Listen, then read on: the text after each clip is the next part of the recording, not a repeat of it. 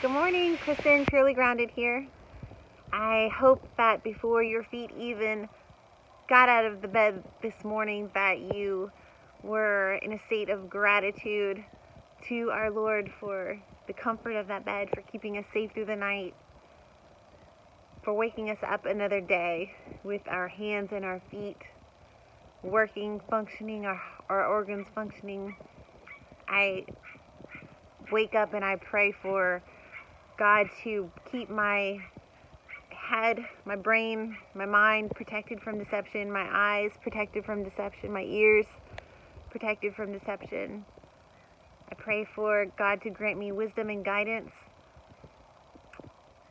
thanking Him for His love, thanking Him for His mercy, and then so excited for the privilege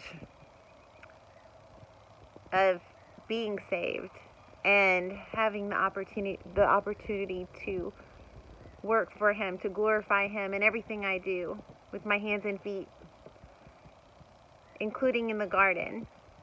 And when I come out here and I see all His glory, all His work, just mind blown. Every time, it doesn't get old. And that's part of the fun of gardening. And that's something I really, really want everyone to experience. I don't care if you live in the country and have land, which I don't. I don't care if you have a balcony.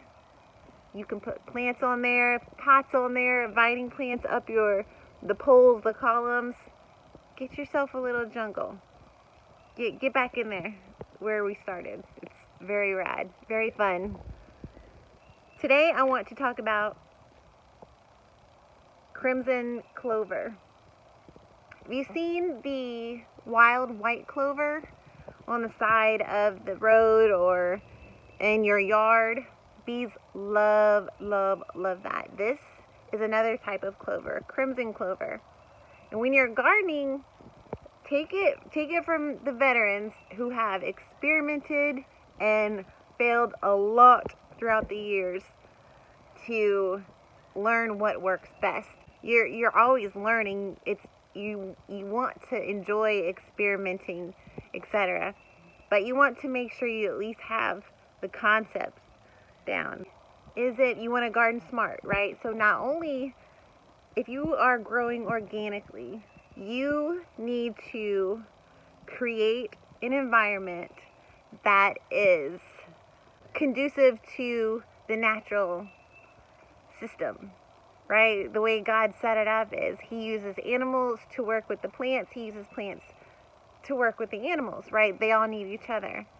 So if your goal is to not use synthetic chemicals in your garden, which I don't, then you want to make sure you have a system set up for that. One of the things you need for an organic garden, a successful organic garden, is you need pollinators. You need bugs such as bees and wasps and butterflies to come in and pollinate your flowers, because the flower is what produces your fruit and then produces the seed.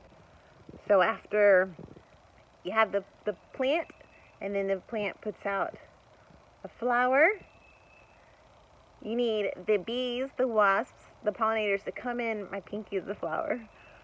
To come in, land on that flower, move the pollen around in that flower, so that flower then produces fruit for you. And then when that fruit has produced, then you are going to have seed. Then that seed will be available for you to continue growing. Now, so you want the pollinators.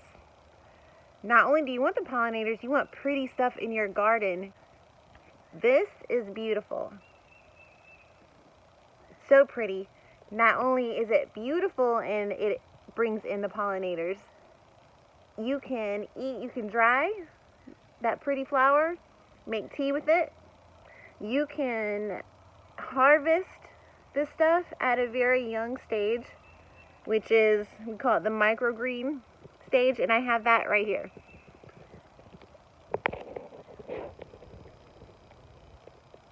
All in here is baby crimson clover. All of that. There's other food plants in here.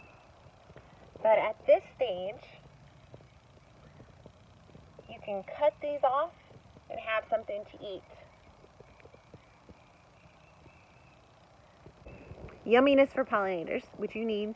It acts as food for you. It brings beauty to your garden. Now, lastly, it is a great cover crop, meaning you plant this and it will build your soil life. It's a cover crop.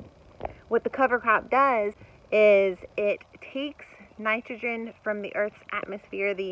Our atmosphere is 80% nitrogen, I believe, but the plants need to convert that. Certain plants are made to convert that into a nitrogen that the plants can use, that the soil can use.